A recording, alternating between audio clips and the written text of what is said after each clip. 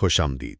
اچھا تو فرض کریں کل فائنینشیل پلاننگ کا امتحان ہے اور ہم آخری رات کی تیاری کر رہے ہیں۔ بالکل، آخری رات والی ریویژن۔ جی، آج کا ہمارا مشن یہ ہے کہ رسک مینجمنٹ اور لائف انشورنس کے سب سے اہم نکات کو اس طرح سمجھیں کہ وہ ذہن میں بیٹھ جائیں۔ ٹھیک ہے۔ ہمارے پاس جو نوٹس ہیں ہم ان کا نچوڑ نکالیں گے اور یہ یقینی بنائیں گے کہ کل کے امتحان میں کوئی سوال ہمیں حیران نہ کر سکے۔ بالکل ٹھیک، اور اس ریویژن کا پہلا اصول یہ ہے کہ ہم بنیادی باتوں سے شروع کریں۔ رسک مینجمنٹ کا مقصد صرف نقصانات سے بچنا نہیں، بلکہ ان ممکنہ خطرات کو سب سے مؤثر طریقے سے سنبھالنا ہے۔ یعنی یہ ایک حکمت عملی کا کھیل ہے۔ جی بالکل، آج ہم اس کھیل کے اصول، اس کی اہم چالیں اور وہ کلیدی اصطلاحات سمجھیں گے جن کے بغیر یہ کھیل جیتا نہیں جا سکتا۔ زبردست۔ تو پھر سب سے پہلا سوال جو امتحان میں آ سکتا ہے، رسک آخر ہے کیا؟ اکثر لوگ اسے سیدھا سیدھا نقصان سمجھتے ہیں۔ اور جل جائے گا، بلکہ یہ کہ وہ جل سکتا ہے اور ہمیں نہیں معلوم کہ ایسا کب ہوگا یا ہوگا بھی یا نہیں۔ یہی غیر یقینی صورتحال اصل رسک ہے۔ اچھا، تو یہ امکان یا چانس کا کھیل ہے۔ اب اس غیر یقینی صورتحال کو سمجھنے کے لیے ذرائع اسے دو بڑی کیٹیگریز میں تقسیم کرتے ہیں۔ ایک ہے پیور رسک اور دوسری اسپیکولیٹو رسک۔ جی، اور یہ فرق سمجھنا امتحان کے لیے بہت بہت ضروری ہے۔ پیور رسک وہ صورتحال ہے جہاں صرف دو ہی نتیجے ممکن ہیں، یا تو نقصان ہوگا یا کچھ نہیں ہوگا، کوئی فائدہ نہیں ہو سکتا۔ کوئی فائدہ نہیں ہو سکتا، جیسے کار کا ایکسیڈنٹ۔ جبکہ اسپیکولیٹو رسک میں تین نتیجے ممکن ہیں: نقصان، کوئی تبدیلی نہیں، یا منافع۔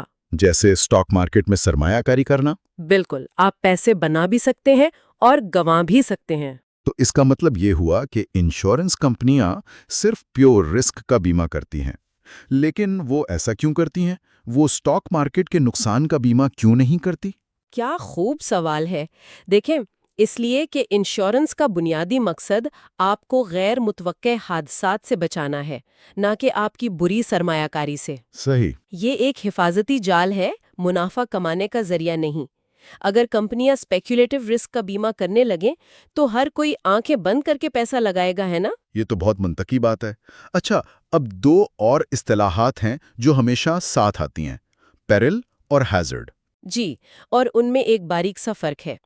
پیرل نقصان کی براہ راست وجہ ہے، آگ، سیلاب، چوری، یہ سب پیرلز ہیں۔ اور ہیزرڈ؟ ہیزرڈ وہ حالت ہے جو پیرل کے ہونے کا امکان بڑھا دیتی ہے۔ مثال کے طور پر آگ ایک پیرل ہے، لیکن اگر گھر میں بجلی کی تاریں پرانی اور خراب ہیں تو یہ ایک ہیزرڈ ہے۔ تو ہیزرڈ رسک کو بڑھاوا دیتا ہے۔ اب جب ہم کسی کلائنٹ کے لیے رسک کا جائزہ لیتے ہیں تو دو پیمانے استعمال ہوتے ہیں۔ ایک رسک سیویرٹی، یعنی نقصان کتنا بڑا ہو سکتا ہے، اور دوسرا رسک فریکوینسی، یعنی اس کے ہونے کا امکان کتنا ہے۔ صحیح۔ اور ان دونوں کو ملا کر سوچیں تو سب سے خطرناک خانہ کون سا ہے؟ وہ رسک جن کی فریکوینسی کم ہو لیکن شدت بہت بہت زیادہ ہو۔ اچھا۔ یہ وہ واقعات ہیں جو شاذ و نادر ہی ہوتے ہیں، لیکن جب ہوتے ہیں تو سب کچھ تباہ کر دیتے ہیں۔ جیسے ایک نوجوان کمانے والے شخص کا کسی سنگین بیماری کی وجہ سے مستقل طور پر معذور ہو جانا۔ تو یہی وہ خطرات ہیں جن پر ہمیں سب سے زیادہ توجہ دینی چاہیے۔ ٹھیک ہے، تو ہم نے رسک کی نشاندہی کر لی، اب اس سے نمٹنے کی حکمت عملی کیا ہے؟ جی، اب آتا ہے ایکشن پلان۔ تین بنیادی حکمت عملی ہیں: لاس کنٹرول، رسک ٹرانسفر اور رسک فائنانسنگ، جسے رسک ریٹینشن بھی کہتے ہیں۔ آئیے لاس کنٹرول سے شروع کرتے ہیں۔ اس کا مطلب ہے نقصان کو قابو میں رکھنا۔ بالکل، اس کی ایک بہترین مثال ہے۔ فرض کریں آپ کا رسک ایک مصروف سڑک پار کرنا ہے۔ پہلا آپشن ہے لاس اوائیڈنس، یعنی سڑک پار ہی نہ کرو۔ جی، گھر پر رہیں، مسئلہ ہی ختم۔ لیکن زندگی میں ہر رسک سے بچا تو نہیں جا سکتا۔ صحیح، اگر سڑک پار کرنا ضروری ہو تو پھر آپ دوسری حکمت عملی استعمال کرتے ہیں، لاس پریونشن، یعنی آپ سڑک پار کرنے سے پہلے دائیں بائیں اچھی طرح دیکھتے ہیں، آپ حادثے کے امکان کو کم کر رہے ہیں۔ اور تیسری؟ وہ ہے لاس ریڈکشن، مطلب آپ ہیلمٹ پہن کے سڑک پار کریں تاکہ اگر خدا نہ خواستہ کوئی ٹکر مار بھی دے تو چوٹ کم سے کم لگے۔ واہ، یہ مثال تو بہترین ہے۔ तो हिकमत अमली ये है, अगर मुमकिन हो तो रिस्क से बचो, अगर नहीं बच सकते तो उसे कम करने की कोशिश करो, और अगर फिर भी नुकसान हो जाए तो उसकी शिद्दत कम करने का इंतजाम करो। बिल्कुल। अब दूसरी बड़ी हिकमत अमली पर आते हैं, रिस्क ट्रांसफर। जब रिस्क इतना बड़ा हो कि हेलमेट पहनना भी काफी ना हो, तो आप उसका माली बोझ किसी और पर मुंतकिल कर देते हैं। यानी इंश्योरेंस। जी, इसका सबसे आम और ताकतवर तरीका इंश्योरेंस है। आप एक छोटी सी काबिले बर्दाश्त रकम यानी प्रीमियम अदा करते हैं और इसके बदले में एक बहुत बड़े नाकाबिले बर्दाश्त माली नुकसान का रिस्क इंश्योरेंस कंपनी को दे देते हैं। और तीसरा तरीका रिस्क रिटेंशन, यानी रिस्क को खुद बर्दाश्त करना। ये तो अजीब लगता है। नहीं, ये भी एक हिकमत अमली है। बाज़ औक़ात रिस्क को खुद बर्दाश्त करना सबसे समझदारी का काम होता है। इसकी दो किस्म हैं। पहली है एक्टिव रिटेंशन, जहां आप जानबूझकर रिस्क खुद उठाते हैं। बिल्कुल, जैसे आपकी गाड़ी बहुत पुरानी है, आप फैसला करते हैं कि इसके लिए कोलिजन कवरेज नहीं लेनी क्योंकि प्रीमियम इसके फायदे से ज्यादा है। ठीक है। इंश्योरेंस में जो डिडक्टेबल होता है वो भी एक्टिव रिटेंशन की एक मिसाल है। आप कहते हैं पहले चंद हजार का नुकसान मैं खुद बर्दाश्त करूंगा, इससे ऊपर का आप संभालना। और दूसरी किस्म पैसिव रिटेंशन है। ये तो खतरनाक लगती है। ये वाकई खतरनाक है। इसका मतलब है कि आप अनजाने में कोई रिस्क खुद उठा रहे हैं क्योंकि आपको इसके वजूद का इल्म ही नहीं। इसकी कोई मिसाल? एक बहुत आम मिसाल है, ज्यादातर होम इंश्योरेंस पॉलिसियों में ज़लज़ले से होने वाला नुकसान शामिल नहीं होता। जो लोग ये नहीं जानते वो अनजाने में ये बहुत बड़ा रिस्क खुद बर्दाश्त कर रहे हैं। ये तो आंखें खोल देने वाली बात है। तो हमारे पास रिस्क से निपटने के ये तमाम औजार हैं। अब ये देखते हैं कि एक आम फर्द को अपनी जिंदगी में किस किस्म के बड़े खतरात का सामना होता है। जी, और इम्तिहान के लिए ये तीनों बहुत अहम हैं। पहला है पर्सनल रिस्क। ये वो है जो बराह रास्त आपकी सेहत और कमाने की सलाहियत को मुतासिर करता है। इसमें क्या शामिल है? इसमें 3 बड़े खतरात हैं। पहला और सबसे संगीन प्रीमेच्योर डेथ, यानी वक्त से पहले मौत। इससे सिर्फ आमदनी ही नहीं रुकती बल्कि खानदान पर फौरी इखराजात का बोझ भी आ पड़ता है। ज़राए के मुताबिक इसके बाद खानदान को 3 मराहिल से गुजरना पड़ता है। जी, पहला एडजस्टमेंट पीरियड जो 1-2 साल का होता है। फिर डिपेंडेंसी पीरियड, जब तक सबसे छोटा बच्चा खुद कफील ना हो जाए। और तीसरा वो है सर्वाइवल लाइफ इनकम नीड्स, यानी अगर शरीक हयात जिंदा है तो उसकी बकिया जिंदगी के अखराजात के लिए आमदनी का इंतजाम करना। और ज़ाती रिस्क की दूसरी 2 किस्में। दूसरा बड़ा खतरा है सेहत के मसाइल। एक संगीन बीमारी या माजूरी आपकी आमदनी को सिफर कर सकती है और तिब्बी अखराजात को आसमान पर पहुंचा सकती है। और तीसरा है बुढ़ापा, यानी इतना लंबा जीना कि आपके रिटायरमेंट के पैसे खत्म हो जाएं। ठीक है। अब आते हैं प्रॉपर्टी रिस्क पर, यानी आपकी चीजों को नुकसान पहुंचना।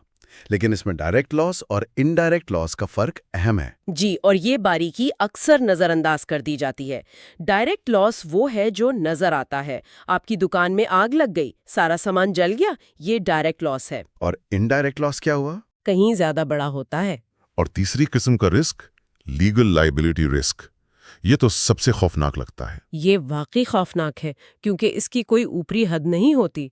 मतलब आपके किसी अमल की वजह से किसी दूसरे को नुकसान पहुंचे और अदालत आप पर इतना बड़ा जुर्माना आयद कर दे जो आपकी पूरी जिंदगी की कमाई खत्म कर दे। ज़राए में वो सर्जन की मिसाल है। जी, कि वो एक अकाउंटेंट के घर के बाहर बर्फ पर फिसल कर गिर जाता है और उसका हाथ जख्मी हो जाता है। वो लाखों डॉलर का मुकदमा कर देता है। आपकी एक छोटी सी गलती आपको माली तौर पर दिवालिया कर सकती है। ये खतरात वाकई बहुत बड़े हैं। तो जाहिर है इनसे निपटने के लिए हमें रिस्क ट्रांसफ़र यानी इंश्योरेंस की ज़रूरत पड़ेगी। ये हमें लाइफ इंश्योरेंस के मौजू पर ले आता है। इसकी 2 बुनियादी अक़साम हैं, टर्म और परमानेंट। टाई पर लेने जैसा है। आप एक मखसूस मुद्दत जैसे 20 साल के लिए तहफ़्फ़ुज़ हासिल करते हैं। ये आर्जी ज़रूरियात के लिए बेहतरीन है, जैसे बच्चों की परवरिश या घर की मॉर्गेज। बिल्कुल, प्रीमियम कम होता है लेकिन मुद्दत ख़त्म होने पर कवरेज भी ख़त्म हो जाती है। तो फिर परमानेंट लाइफ इंश्योरेंस तहफ़्फ़ुज़ को खरीदने जैसा हुआ। बिल्कुल, ये जिंदगी भर के लिए होती है। प्रीमियम आमतौर पर तब्दील नहीं होता और सबसे अहम बात, वक्त के साथ साथ इसमें एक इक्विटी भी जमा होती है जिसे कैश सरेंडर वैल्यू कहते हैं। जिसे आप जरूरत पड़ने पर इस्तेमाल कर सकते हैं। जी, ये तवील मुद्दती ज़रूरियात के लिए होती है, जैसे जनाजे के अखराजात या विरासत में पैदा होने वाले टैक्स की अदायगी। और इनके अंदर भी मुख्तलिफ ऑप्शंस हैं, जैसे यूनिवर्सल लाइफ। जी, यूनिवर्सल लाइफ ज़्यादा लचकदार होती है। आप अपने प्रीमियम की रकम और डेथ बेनिफिट को एक हद तक तब्दील कर सकते हैं, जबकि joint last to die policy 2 लोगों का बीमा करती है और इसका फ़ायदा दूसरे शख्स की मौत पर अदा किया जाता है। ठीक है, तो हमने रिस्क भी समझ लिया और इंश्योरेंस भी। लेकिन एक अहम सवाल, हम इन इंश्योरेंस कंपनियों पर कैसे भरोसा करें?